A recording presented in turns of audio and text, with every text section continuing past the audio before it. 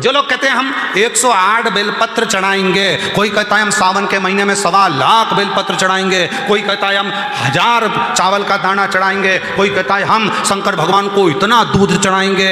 शिव पुराण की कथा कहती है एक चावल का दाना भी अगर दिल से चढ़ाया गया है तो वो 1000 के बराबर है, एक बेलपत्र भी दिल से चढ़ाया गया है वो 1000 के बराबर है, एक फूल की पंखड़ी भी चढ़ाई गई है वो 1000 के बराबर है। और निवेदन है सारे कावड़ यात्रा वालों को, कावड़ियों को, पूरे राष्ट्र में जो कावड़ भरने वाले हैं उनको मेरा करबद्ध हाथ जोड़कर निवेदन है, हरिद्वार जाओ, चाहे काशी जाओ, चाहे तुम्हारा मन हो छिपरा जाओ, चाहे नर्मदा जाओ, चाहे तुम सीवन के तट आओ, पर निवेदन है कावड़ यात्री 100 किलो जल, 151 किलो की कावड़, 50 किलो की कावड़, 21 किलो की कावड़, ये आडंबर, ये दिखावा मत करो। शिव जी को तो एक छोटा सा लोटे का जल भी चढ़ाओगे तो स्वीकार कर देगा।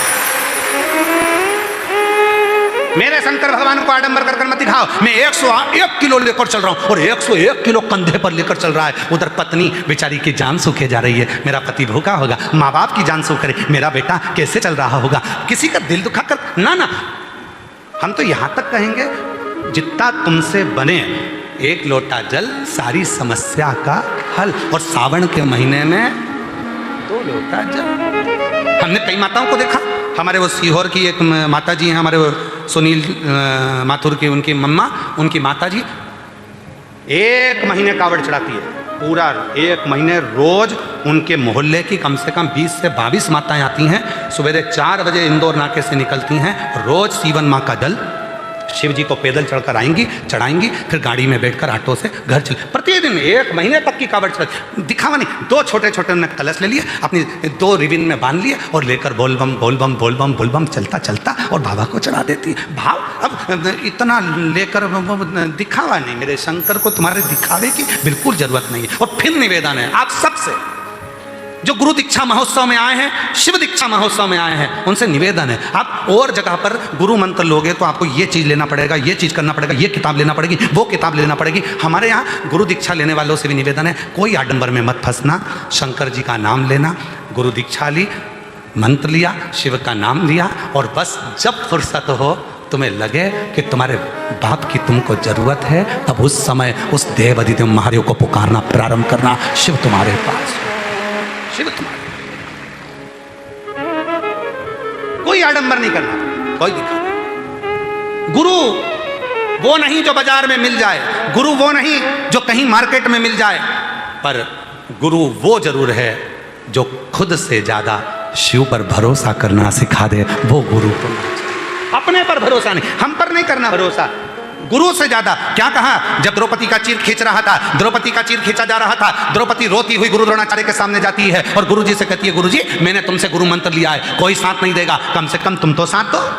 गुरु जी हाथ जोड़कर बोले, मैं भी तेरा साथ नहीं दूंगा, मैं भी नहीं दूंगा, पर याद कर मैंने जो तुझे गुरु मंत्र दिया है ना, उस मंत्र को जपना प्रारंभ कर, मैं साथ नहीं दूंगा, मंत्र जप। और द्रौपदी ने जो मंत्र का उच्चारण करना प्रारंभ करा तो द्रौपदी कहती है, मैं तो रजस्वला हूं, 3 दिन का मेरा रजो धर्म है, इस समय पर तो मैं भगवान को याद नहीं कर सकती, इस समय पे मैं भगवान की पूजन नहीं कर सकती, इस समय में मंदिर नहीं जा सकती, इस समय में भगवान की शरणागति नहीं ग्रहण कर सकती। गुरु द्रोणाचार्य ने कहा, सुन द्रौपदी, भले तू रजो धर्म से है, पर भगवान का नाम लेने में पीछे मत हटना, मंदिर भले मत जा, शिवालय भले मत जा, पर रजो धर्म के समय पर अगर तू भगवान का नाम लेगी तो भी उसको आना पड़ेगा। और द्रौपदी ने रजस्वला धर्म में 3 दिन की रजस्वला थी द्रौपदी, और जो द्वारकानाथ को पुकारना प्रारंभ करा तो द्वारकानाथ को तो सौगंध दी थी अर्जुन ने, द्वारकाधीश को तो सौगंध दी थी अर्जुन ने। अर्जुन ने कहा था, प्रभु आपसे निवेदन है, अंदर मत आना। भगवान बाहर खड़े थे, अर्जुन तू हारे तो मुझे बुला। अर्जुन ने कहा था, जब तक मैं आवाज ना लगाऊं तब तक मत आना, कसम है मेरी, आप अंदर प्रवेश मत करना। जुए में अर्जुन हारता गया, दुर्योधन ने शकुनी मामा को बुला लिया, पर अर्जुन ने कृष्ण को नहीं बुलाया। क्यों? क्योंकि हम गलत काम करेंगे और हमारा द्वारकानाथ देखेगा तो अच्छा लगेगा, नहीं बुलाया, किसी ने नहीं बुलाया। भगवान छटपटाते रहे, एक बार तो बुला ले। जैसे दुर्योधन ने कहा कि मेरी जगह मेरा मामा खेलेगा, ए अर्जुन तेरे मुख से शब्द निकाल दे कि मेरी जगह चौसर मेरा द्वारकानाथ खेलेगा, तब देख जिता कर बताता हूं। एक बार तो कहे अर्जुन। अर्जुन कहते नहीं है, तब द्रौपदी रजो धर्म से थी। द्रौपदी ने गुरु द्रोणाचार्य से कह दिया मेरा रजो धर्म है, मैं क्या भगवान के मंदिर नहीं जा सकती? भगवान गुरु द्रोणाचार्य ने कहा कौन कहता है कि तू मंदिर जा, कौन कहता है कि तू शिवालय जा, तू तो पुकार उस परमात्मा को। और द्रौपदी ने दोनों हाथ ऊपर कर कर जो द्वारकानाथ को पुकारना चालू करा, तो द्वारकाधीश ने यह नहीं देखा कि रजो धर्म से थी, और द्वारकाधीश ने चीर बढ़ाना प्रारंभ कर दिया। जो चीर बढ़ाया तो शासन थक कर नीचे गिर गया, थक कर नीचे गिर गया। वो नहीं देखता। अब कई लोग कह देते, कई लोगों के मन में आता है इस नदी का जल मत चढ़ाओ, अशुद्ध है। अरे मां, जिसको तुम मां कहते हो वो मां कभी अशुद्ध नहीं हो सकती, वो शुद्ध की शुद्ध रहती है, उसकी मातृत्वता शुद्ध रहती है। मां कभी अशुद्ध नहीं हो सकती। बच्चे की चाहे वो लंगोट धोए, बच्चे को चाहे वो भोजन कराए, पति के चाहे कपड़े धोए, बुजुर्ग के चाहे कपड़े धोए, पर मां शुद्ध की शुद्ध होती है, मां में अशुद्धता नहीं होती। जिस पवित्र नदी का जल, चाहे मां सीवन का चढ़ाओ, चाहे मां गंगा का चढ़ाओ, चाहे मां नर्मदा का चढ़ाओ, चाहे मां क्षिप्रा का चढ़ाओ, चाहे मां सरयू का चढ़ाओ, तुम्हारी मर्जी पड़े, चाहे मंदाकिनी, चाहे गोदावरी, जिस पवित्र नदी का जल तुम भगवान शंकर को चढ़ाओ, तुम ये मत सोचना कि ये नदी अपवित्र है या गंदी है। नहीं, जिस समय तुम जल लेकर जाओगे वो जल भी गंगा जल बन जाएगा और पवित्र हो जाएगा, क्योंकि मां पवित्र की